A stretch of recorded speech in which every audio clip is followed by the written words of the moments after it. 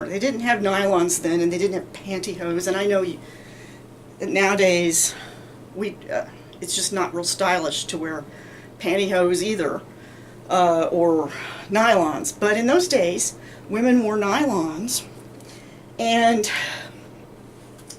no, they wore silk. Sorry, let's try that again. I've got the three words: pantyhose, nylons, silk stockings. They wore the stockings. And but they were made of silk, and if you bought one of the last pairs, it was great because the factory was converting over to producing parachutes out of that silk processing equipment they had. So they were good at dealing with silk. They had equipment for dealing with silk. They had workers that knew how to sew silk. And silk, by the way, if you've ever tried sewing, is very hard to sew if you don't know what you're doing. So they were going to be making parachutes, and it was an interesting time. I grew up in the time of nylons and pantyhose, so let me get this terminology right. The silk stockings were sewn on the back of the leg. So the back of the leg of the stocking had a seam that ran down the back of the woman's leg. And so when the girls would go to the dances and the parties, they felt kind of naked just going with bare legs in a dress, because it was a time when women wore dresses. And they felt kind of naked, so they would help each other draw a line down the back of their bare leg with a pencil to make it look like they were wearing something with a seam on it. Just one of those stories of how people got along when suddenly there were less consumer things being purchased or produced, so that we could increase the amount of guns we were producing. Kind of an interesting story. Now, watch this. This is an interesting thing. When you first start swapping over from one thing to the other, look what happens. Let's say we're actually here and we're in a country that's pacifist and nobody has guns and there's no military weapon, and the butter is all consumer goods. We just produce lipsticks and silk stockings and automobiles, which, by the way, during World War II, the automobile plants switched over to making military vehicles. You'll find there is no General Motors or Ford 1941 or 1942 automobile, because they were producing other things for the military. So we really did switch over. But watch what happens as we switch over. Let me make sure I've got this drawn nicely. Let's say that we want to switch over, and we'll do it in bits. So 1 bit, 2 bits, 3, and then 4. Okay? At first, when we say we want to get this much military goods, how much consumer goods do we have to give up? Okay, can you see this? From here to here is all the butter you have to give up to get a large amount of guns. Okay? Now, what happens if we say it's not enough, we're going to lose this war if we don't produce more guns? To produce the same additional amount, how much butter do we have to give up? We would have to move to a new point on this curve, right? And now what's happening? We gain this much and we're giving up more than before. Okay? So guess what's going to happen if we switch off again? We want more guns. And since we're producing at full power, everybody's employed, and women went to work during this time period. I mean, I have a mother-in-law who actually was in the military. She was what they called a wave, a woman in the Navy. So she actually is a World War II veteran. But a lot of women went to work for the first time when the men went off to war. And so from the point of view of women's history in the Western world, wartime was a time when women were needed in the factories. Rosie the Riveter building the ships, and some of us, I wasn't alive then, but some of us didn't want to go back into the home after the war was over. It was like, I like working. So it was a moment in women's history. But anyway, so now look what happened. To gain this much, we went up again, right? We had to give up this much. Whoops, I'm trying to make one of these at an angle there. So we're gaining this much and we're giving up a whole bunch. You see it? Okay, now let's say things are desperate. We have to produce more guns. Okay? So again, we're going to do it again. Same amount of increase. We're going to go all the way to the point where we produce 0 consumer goods, which that would be horrible for everybody. That would mean every cow that's slaughtered goes to feed the soldiers and not the families at home. But look what happened. We gained this much guns and we gave up a huge, from here to here, amount of consumer goods.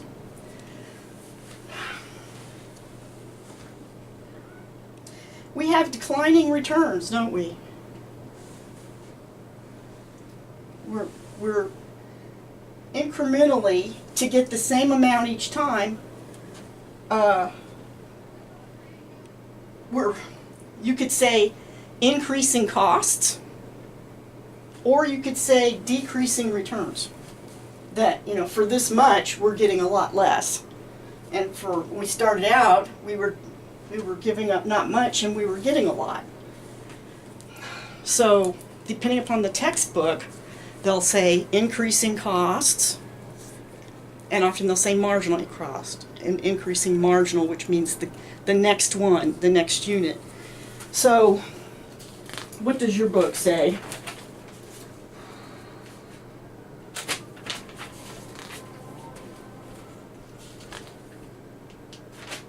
I don't think your book mentions it, but basically, there are increasing costs, or you can say decreasing marginal returns, depending upon whether you're talking about the one you're gaining or the one you're giving up. Depends upon your textbook. Okay, now, why does it have to be that way? Why does it have to be that way? I need to make sure we're still yeah, we're still recording. Sometimes it turns off on me and I've been talking for 50 minutes, but we're still recording. Okay, because when you switch over your best things first. And then, if you have to keep switching over, you use less and less able resources to switch to the other thing. Okay, silly example. Let's say that we're going to have a football game with Murray State. Okay? And let's say that we're such rivals that we've been putting our school colors in their fountain, and they've been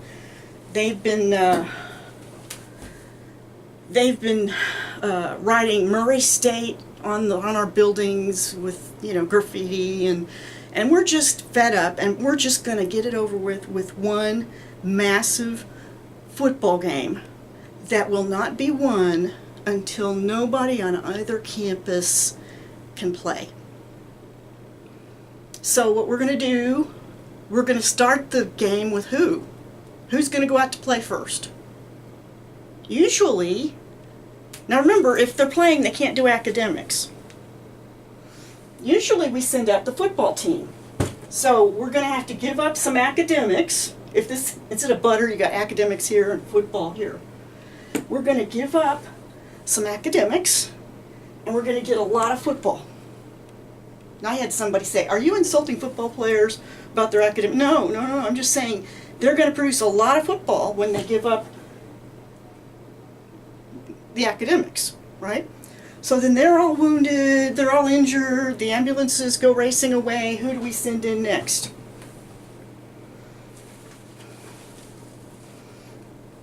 The women's basketball team. Right? And we'll get some football, good football out of the women's basketball team. Right? And then we'll send in the men's basketball team. Now, why did I pick that? I actually don't know how they're playing this year. But in previous years, I think the women's basketball team in recent years was doing better than the men's. That's why I was making that joke, you know. Women's basketball team first will give us this much. Men's basketball team will give us this much. Let's say that we go through all of the other groups. We go through the band. Hey, they're in good shape. They march and they march and they march and they march, right? So they're in good shape. The band, and then finally we're down to, we've got to have more players. We need more football. At that point, you send in the faculty, right? You're giving up a lot of academics and you're not getting much football, right? Hey, I could do this. I'm really, I'm out of shape, but I'm slow.